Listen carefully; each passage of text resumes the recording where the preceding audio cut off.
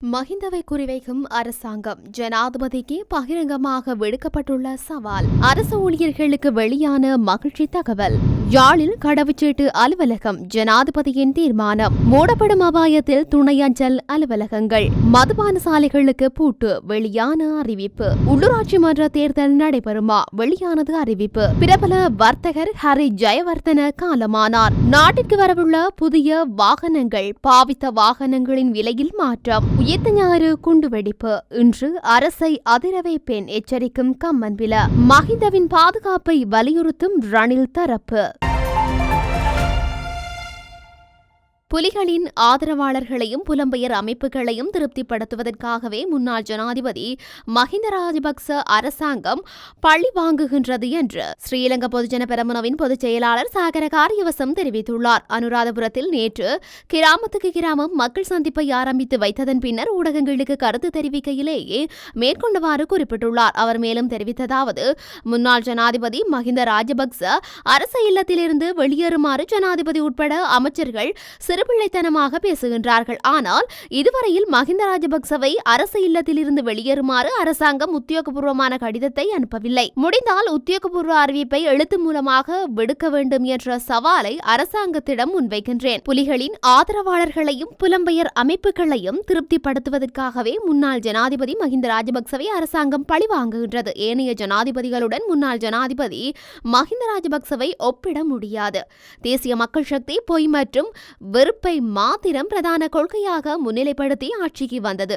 ஆட்சிக்கு வந்தவுடன் 24 மணித்தியாலங்களில் அனைத்தையும் மாற்றியமைப்பதாக குறிப்பிட்ட அரசாங்கம் இன்று கடந்த அரசாங்கங்கள் மீது விமர்சனங்களை மாத்திரம் முன்வைக்கின்றது. ஜனாதிபதி அனுரகுமார திசாநாயக்க ஆட்சிக்கு வந்து 4 மாதங்கள் நிறைவடைந்துள்ளன. பொருளாதார மீட்சிக்கு சர்வதேச நாணய நிதியத்தை தவிர்த்து வேறு எந்த திட்டத்தையும் அரசாங்கம் அறிமுகப்படுத்தவில்லை. கடந்த காலங்களில் விமர்சித்த பொருளாதார மற்றும் அரச கொள்கையை எவ்வித மாற்றமும் இல்லாமல் ஜனாதிபதி முன்னெடுக்கின்றார். சந்தையில் அரிசி மற்றும் தேங்காய் உள்ளிட்ட அத்தியாவசிய பொருட்களின் விலை சடுதியாக உயர்வடைந்துள்ளன.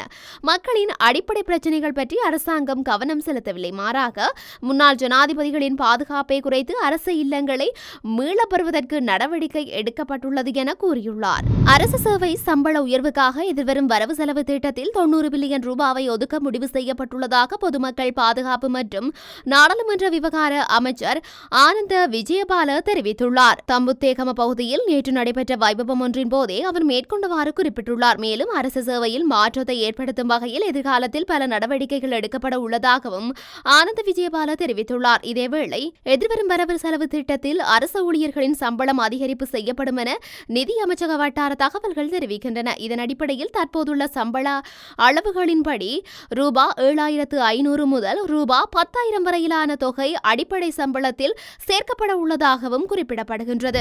யாழ்ப்பாணத்தில் கடவுச்சீட்டு அலுவலகம் ஒன்றை திறப்பதற்கும் இன்னும் 2 வாரங்களில் யாழ்ப்பாணத்தில் கடவுச்சீட்டை விநியோகிக்க நடவடிக்கை மேற்கொள்வது தொடர்பிலும் யாழ் மாவட்ட ஒருங்கிணைப்பு குழு கூட்டத்தில் ஆராயப்பட்டதாக அமைச்சர் ராமலிங்கம் சந்திரசேகரன் தெரிவித்துள்ளார். மேலும் அதற்கான அலுவலகத்தையும் ஜனாதிபதி நேரடியாகவே பார்வையிட்டதாகவும் அவர் குறிப்பிட்டுள்ளார். யாழ் மாவட்ட ஒருங்கிணைப்பு குழு கூட்டத்தில் ஆராயப்பட்ட விடயங்கள் தொடர்பில் பத்திரிகை ஒன்றுக்கு வழங்கிய நேர்காணலின் போதே அவர் மேற்கொண்டவாறு குறிப்பிட்டுள்ளார்.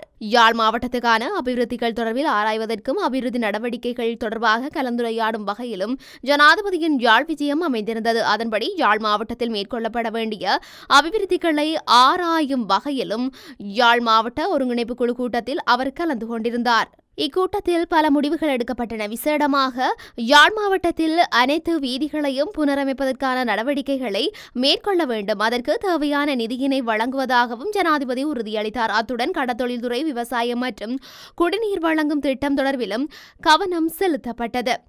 மண் அகழ்வு தொடர்பிலும் அதற்கு எதிராக எடுக்கப்பட வேண்டிய காத்திரமான நடவடிக்கைகள் தொடர்பிலும் கவனம் செலுத்தப்பட்டதுடன் யாழில் அதிகரித்துள்ள போதைப்பொருள் பாவனை, சட்டவிரோத மது பாவனை தொடர்பிலும் துரித நடவடிக்கை எடுக்கப்பட வேண்டும் என ஜனாதிபதி அதிகாரிகளுக்கு வேண்டுகோள் விடுத்திருந்தார்.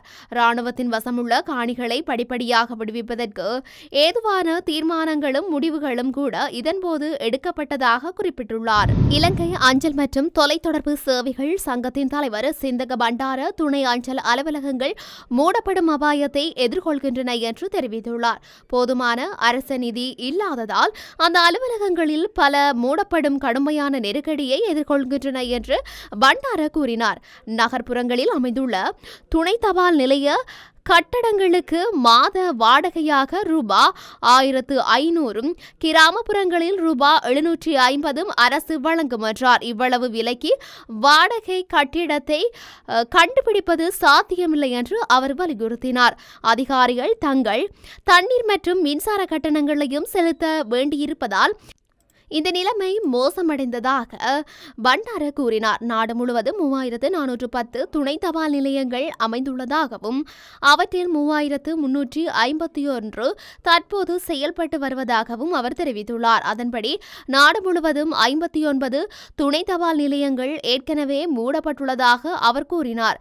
சில துணை அஞ்சல் அலுவலகங்கள் அரசு கட்டிடங்களில் இயங்குவதாகவும் அப்படி இல்லாத துணை அஞ்சல் அலுவலகங்களை இயக்க ஒரு அரசு கட்டிடம் வழங்கப்பட்டால் இந்த பிரச்சினை குறைக்கப்படும் என்றும் பண்டார வலியுறுத்தினார். இதற்கிடையில் அஞ்சல் சேவை அதிகாரிகள் பற்றாக்குறையால் துணை அஞ்சல் அலுவலகங்கள் மூடப்படும் அபாயம் அதிகரித்துள்ளது என்று அவர் கூறினார்.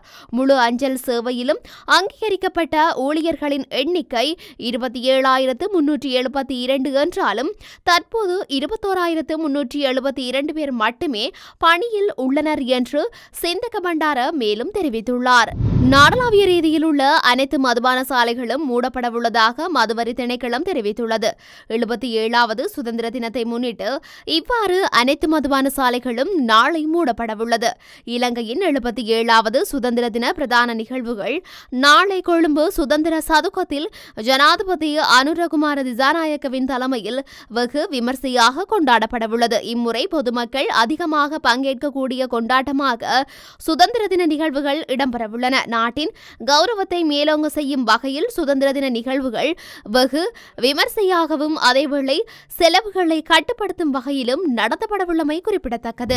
இந்த ஆண்டு ஏப்ரல் மாதத்தில் உள்ளாட்சி தேர்தல்களை நடத்துவது குறித்து எந்த குறிப்பிட்ட முடிவும் எடுக்கப்படவில்லை என்றும் தொடர்புடைய சட்ட சிக்கல்கள் தீர்க்கப்பட்ட பிறகு அதற்கான கோலம் தீர்மானிக்கப்படும் என்றும் தேர்தல் ஆணையகம் தெரிவித்துள்ளது. முந்தைய அரசாங்கத்தின் போது ஒத்திவைக்கப்பட்ட உள்ளாட்சி தேர்தல்கள் 2025 ஏப்ரலில் நடைபெறும் என்று அண்மையில் தெரிவிக்கப்பட்டது. இது தொடர்பாக தேர்தல் ஆணையக தலைவர் RMAL ரத்நாயக்க தெரிவிக்கையில் ஏப்ரல் மாதத்தில் உள்ளாட்சி தேர்தலை நடத்துவது குறித்து இன்னும் முடிவு எடுக்கப்படவில்லை என்று கூறினார். அவை வரும் வதந்திகள். உள்ளூராட்சி மன்ற தேர்தல்கள் மசோதாவை நாடாளுமன்ற சபாநாயகர் ஒப்புதல் அளித்து சட்ட நிலையை சீராக்கும் வரை நாங்கள் எதுவும் செய்ய முடியாது.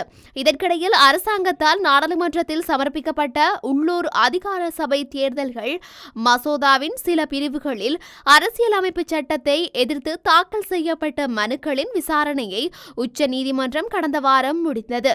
அதன்படி இதுவரை பகிரங்கமாக வெளியிடப்படாத ரகசிய தீர்ப்பு நாடாளுமன்ற சபாநாயகருக்கு நேரடியாக அனுப்பப்படும் என்று நீதிமன்றம் அறிவித்திருந்தது. முன்மொழியப்பட்ட மசோதாவின் சில விதிகள் குடிமக்களின் வாக்களிக்கும் உரிமைகளை மீறுவதாகவும் அதன் மூலம் அடிப்படை மனித உரிமைகளை மீறுவதாகவும் வாதிட்ட 4 தரப்பினரால் தாக்கல் செய்யப்பட்ட மனுக்கள் மீதான 2 நாள் விசாரணைக்கு பிறகு இந்த உத்தரவு பிறப்பிக்கப்பட்டது. எனவே மசோதாவின் கேள்விக்குரிய விதிகளை நாடாளுமன்றத்தில் 3/2 பங்கு பெரும்பான்மையுடன் மட்டுமே நிறைவேற்ற முடியும் என்றும் வாக்கெடுப்பு மூலம் அங்கீகரிக்க முடியும் என்றும் அறிவிக்கும் தீர்ப்பை மனுதாரர் கோரியிருந்தார். உள்ளாட்சி தேர்தல்கள் ஆரம்பத்தில் மார்ச் 9, 2023 அன்று நடத்த திட்டமிடப்பட்டிருந்தன. ஆனால் நிதி பொருளாதார நிலைப்படுத்தல் மற்றும் தேசிய கொள்கைகள் அமைச்சகம் மற்றும் திரைசேரி ஆகியவை தேவையான நிதியை தேர்தல் ஆணையகத்திற்கு வெளியிடவில்லை. பின்னர் தேர்தல்களை ஏப்ரல் 25, 2023 அன்று நடத்த திட்டமிட்டன.